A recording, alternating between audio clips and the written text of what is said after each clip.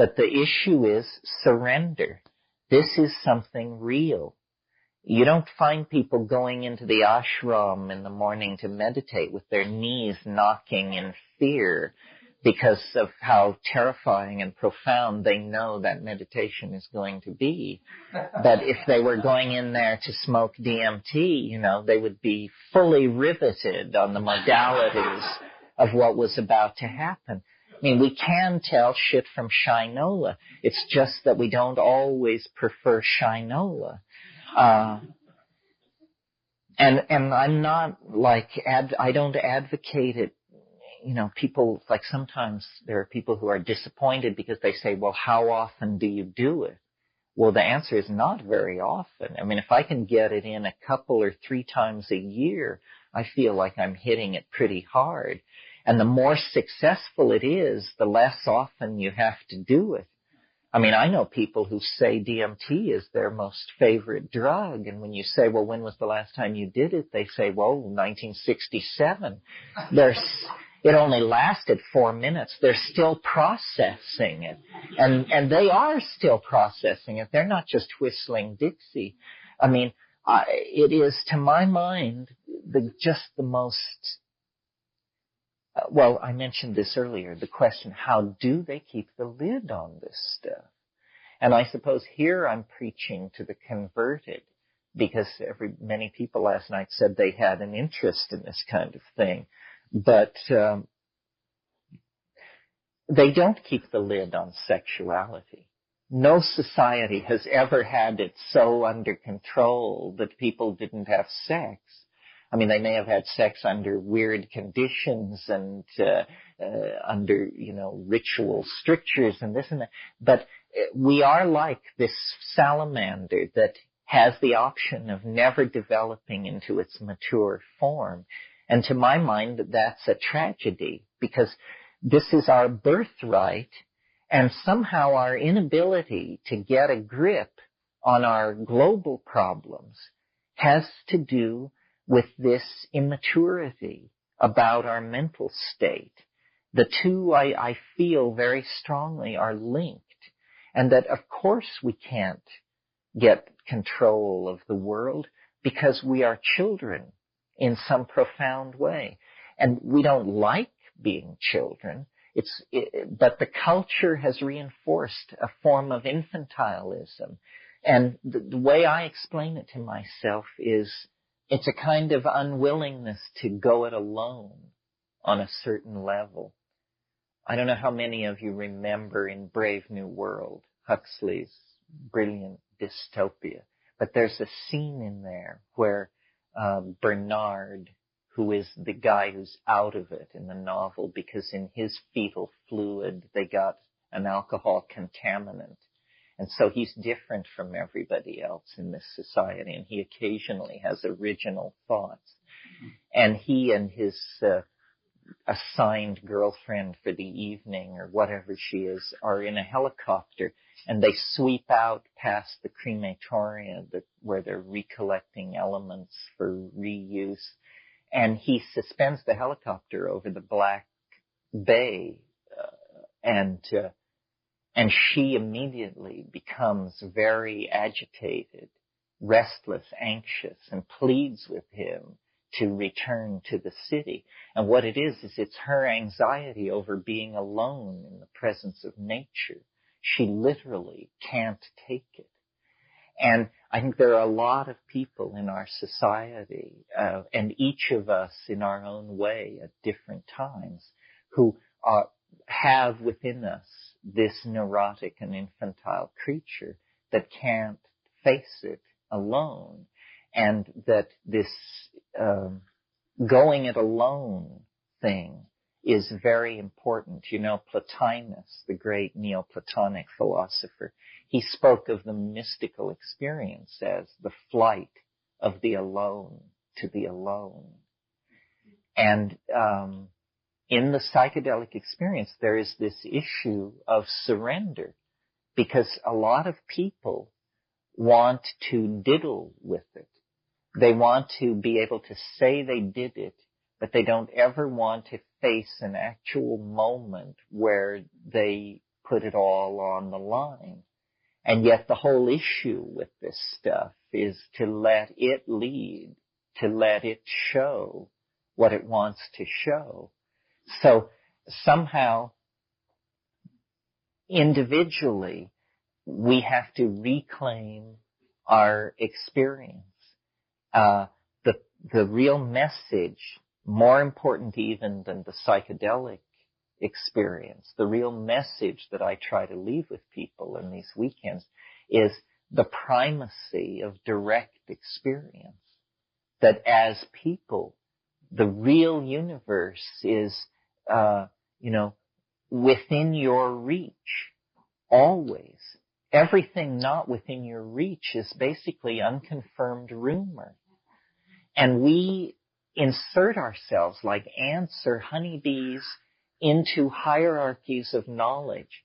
So we say, well, what's going on in the world? Well, turn on CNN, and then somehow we're ordered. Then we say, okay, it's 85 degrees in Baghdad and the wind is out of the northeast at 15 miles an hour. And we feel somehow better now because we're getting the information. But what we have done is sold out direct experience. And all institutions require this of us, that we somehow redefine ourselves for the convenience of the institution. And this redefinition always involves a narrowing, a denial. So that, if you want to be in Marxist society, if you want to function in Marxist society, you have to define yourself as a Marxist human being. Well, it turns out in a Marxist society there are no homosexuals because that just happens in decadent societies. So then, if you happen to notice any tendency like this in yourself, you have to deny its existence because this just doesn't happen in a Marxist society. And similarly, every society has this. In our society, if you hear voices, we have mental hospitals for you. If you have vast visions of the future, we have drugs that can help you and make this go away. So then somehow in modern society, the discovery of psychedelics is the discovery that all of this cultural machinery is just Wizard of Oz stuff. You remember the scene in The Wizard of Oz where the curtain is swept back and they see the little guy there and he says, booming out over the loudspeaker, "Ignore the little man pulling the levers. Ignore the little man pulling the levers." Well, the little man pulling the levers is what sweeps into view with psychedelics, and you discover, culture is provisional. Whether we have 9 wives or 3, whether we tattoo ourselves blue, whether we eat insects or not, all of these things are just decisions that we make. And then we congratulate ourselves on our wisdom, and we live within that, and we hunt down and kill all the people who disagree with us. And that's called having a culture, having a way of life, being somebody. But I don't see history as a wrong turning. I see it, the metaphor that I like is that of the prodigal son, that there was a reason for this long descent into matter, this peregrination. It was a shamanic journey of some sort. The shaman goes into the world pool or ascends the world tree to go to the center of the axis of the cosmos to recover the pearl or the gift or the lost soul, and then return with it. And this is what history was, I think. It was a descent into the hell worlds of matter, energy, space, and time for the purpose of recovering something that was lost. It wasn't lost by us. It was lost by the breathing, the disystole of the planet. Just climax of climate moved us into paradise and then moved us out of paradise. I mean, you must, the story of Eden is the story of history's first drug bust. I mean, it's the story of a whole lot of tension over who's going to take or not take a certain plant which confers knowledge. And Yahweh, wandering in the garden, says to himself, if the man and the woman eat of the fruit, they will become as we are. The issue was co-equality, co-knowledge with the Creator. Well, where do we stand, in man's existential march? How does that work?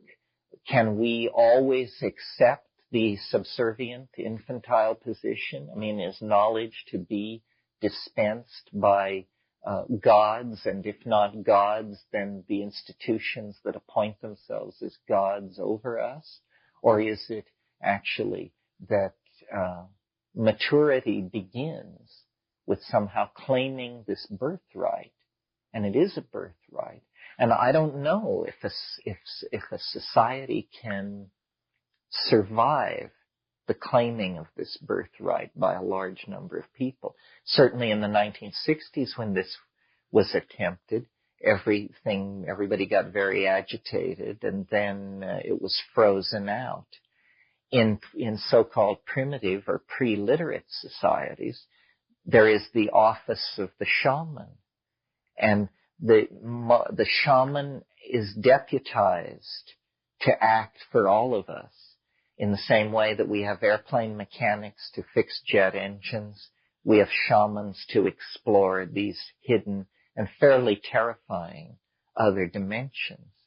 The people who self-select themselves into a group like this, in a society like that, would be the candidates for this kind of shamanic voyaging.